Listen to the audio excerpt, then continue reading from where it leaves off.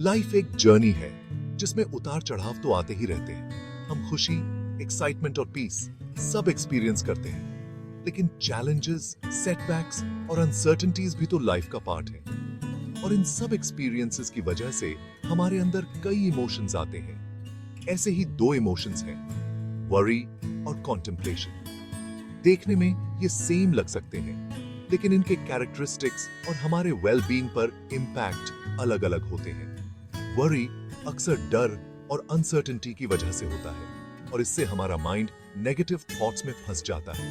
यह बिल्कुल rocking chair की तरह है जिसमें एनर्जी तो बहुत लगती है, लेकिन हम एक जगह पर ही अटके रहते हैं। वहीं दूसरी तरफ कॉन्टेम्पलेशन का मतलब है फोकस्ड थिंकिंग और रिफ्लेक्शन। यह डीप थॉट की प्रोसेस है जिसमें हम किसी सिचुएशन को समझने, प्रॉब्लम सॉल्व करने या कोई डिसीजन लेने के लिए सोचते हैं। इमेजिन करो, वरी एक टर्बुलेंट सी की तरह है जो हमारे थॉट्स को इधर उधर उछालता रहता है, और कॉन्टेम्पलेशन एक स्टिल लेक की तरह है जिसमें हम क्लियरली देख सकते हैं और सॉल्यूशंस ढूंढ सकते हैं। मेंटल पीस पाने और फुलफिलिंग लाइफ जीने के लिए इन दोनों के बीच का डिफरेंस समझना बहुत जरूरी है। आगे के सेक्शंस में हम वरी और कंटेम्पलेशन के बारे में और डीपली जानेंगे। हम इनके कारणों, प्रभावों और यह हमारी लाइफ को कैसे शेप करते हैं, इस बारे में एक्सप्लोर करेंगे। साथ ही हम वरी को मैनेज करने और कंटेम्पलेशन को अपनी लाइफ में लाने के तरीके भी डिस्कस करेंगे, ताकि हम ज्यादा पीसफुल और फुलफिलिंग लाइफ जी सकें। वरी अक्सर हमारे बेसिक इंस्टिंक्ट से आता है जो हमें नुकसान से बचाता है। यह परसीव्ड थ्रेट्स या अनसर्टेनिटी के लिए एक नेचुरल रिस्पॉन्स है। हालांकि जब वरी अत्यधिक और परसिस्टेंट हो जाता है तो यह एक हेल्पफुल सिग्नल से एक डिस्ट्रक्टिव फोर्स में बदल जाता है। कई फैक्टर्स चिंता में योगदान करते हैं। एक मेजर फैक्टर है डर, अज्ञात का डर, असफलता का डर या कुछ प्रेशियस खोने का डर। भविष्य को लेकर अनिश्चितता भी चिंता को जन्म देती है। हम खुद को अपने फाइनेंशियल्स, रिलेशनशिप्स, हेल्थ या काम को लेकर चिंतित पा सकते हैं। खासकर परिवर्तन या अस्थिरता के समय में पास्ट एक्सपीरियंसेस, खासकर नेगेटिव वाले, भी चिंता को बढ़ावा दे सकते हैं। अगर हमने पहले मुश्किल स्थितियों का सामना किया है तो हमारा दिमाग भविष्य में उसी तरह के दर्द से बचने के लिए चिंता करने लगता है। यह याद रखना महत्वपूर्ण है कि चिंता अक्सर हमारे परसेप्शंस और असम्पशंस पर आधारित होती है। जरूरी नहीं कि रियलिटी पर चिंता के रूट कॉजेस को समझना इसे मैनेज करने और इसे अपने जीवन पर हावी होने से रोकने की दिशा में पहला कदम है। हालांकि एक सीमा तक चिंता एक मोटिवेटर हो सकती है, लेकिन एक्सेसिव वरी हमारे मेंटल, इमोशनल और फिजिकल वेलबीइंग पर भारी पड़ती है। जब हम चिंता में डूबे होते हैं तो हमारा दिमाग लगातार नेगेटिव थॉट्स में फंसा रहता है, जिससे खुशी, शांति और प्रोडक्टिविटी के लिए कोई जगह नहीं बचती। क्रॉनिक वरी से एंजाइटी डिसऑर्डर्स हो सकते हैं जो लगातार और भारी डर और आशंका की भावनाओं से भरे होते हैं। यह डिप्रेशन, स्लीप डिस्टर्बेंसेस और कंसंट्रेट करने में कठिनाई का कारण भी बन सकता है। चिंता से पैदा होने वाला लगातार स्ट्रेस हमारे फिजिकल हेल्थ को भी नकारात्मक रूप से प्रभावित करता है। वरी हमारे स्लीप पैटर्न्स को बिगाड़ता है, जिससे थकान और कम कॉग्निटिव फंक्शन होता है। यह शारीरिक लक्षणों में भी प्रकट हो सकता है, जैसे सिर दर्द, मांसपेशियों में तनाव, पाचन समस्याएं और कमजोर इम्यूनिटी। चिंता के हानिकारक प्रभावों को समझकर हम अपने जीवन पर इसकी पकड़ को पहचान सकते हैं और इसकी चपेट से मुक्त होने के लिए कदम उठा सकते हैं। Section 4, navigating worry, different types and how to cope. चिंता अलग अलग तरीकों से सामने आती है। कभी कभी यह एक क्षणिक विचार होता है, जबकि अन्य समय यह भय की एक लगातार भावना होती है। चिंता के अलग अलग प्रकारों को समझना हमें अपने खुद के पैटर्न्स को पहचानने और प्रभावी कोपिंग मैकेनिज्म्स विकसित करने में मदद कर सकता है। जनरलाइज्ड एंजाइटी डिसऑर्डर या GAD में रोजमर्रा की घटनाओं और स्थितियों के बारे में अत्यधिक चिंता शामिल है।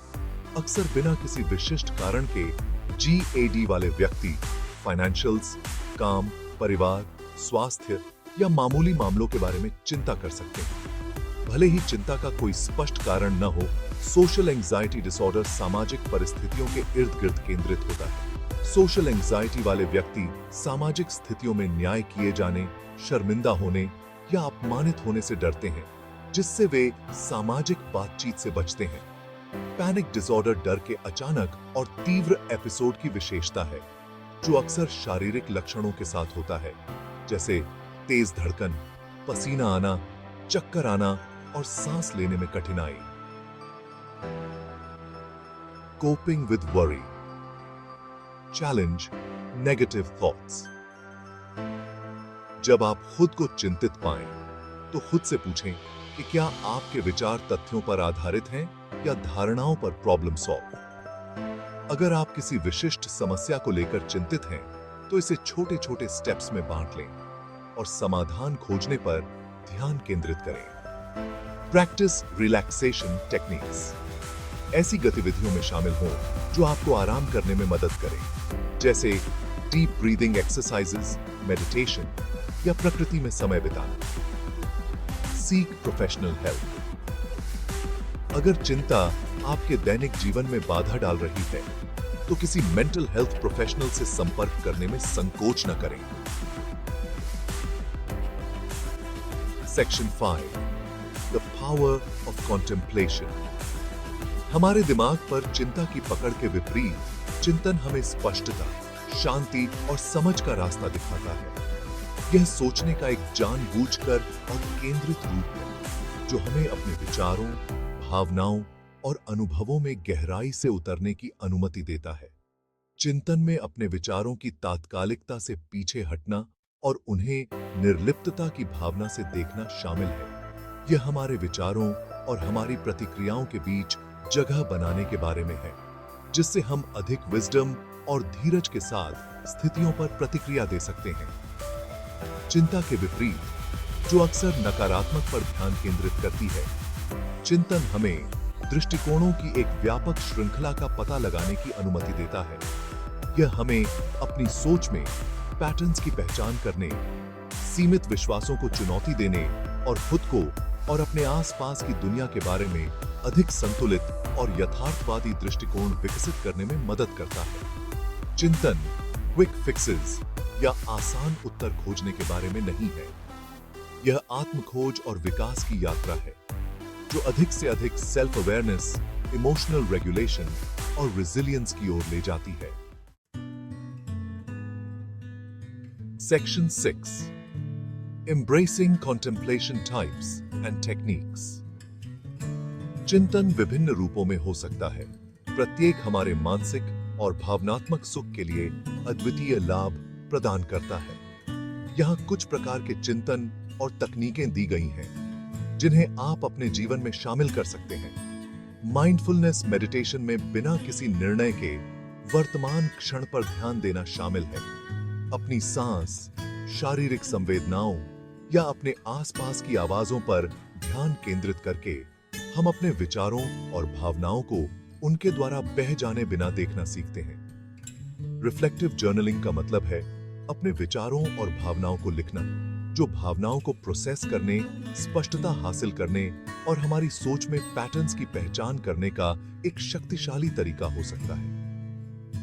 नेचर वॉक्स, प्रकृति में समय बिताने से हमारे दिमाग और शरीर पर शांत प्रभाव पड़ता है। जैसे जैसे हम अपने आसपास की सुंदरता में खुद को तल्लीन करते हैं, हम स्वाभाविक रूप से अधिक चिंतनशील स्थिति में आ जाते हैं। ग्रैटिट्यूड प्रैक्टिस उन चीजों पर ध्यान केंद्रित करता है जिनके लिए हम आभारी हैं। हमारा ध्यान चिंता और नकारात्मकता से दूर करते हुए संतोष और सुख की भावना पैदा करते हैं। इन प्रथाओं को अपने दैनिक जीवन में शामिल करके हम धीरे धीरे चिंता की स्थिति से चिंतन की स्थिति में स्थानांतरित हो सकते हैं, अधिक शांति, स्पष्टता और पूर्णता का अनुभव कर सकते हैं।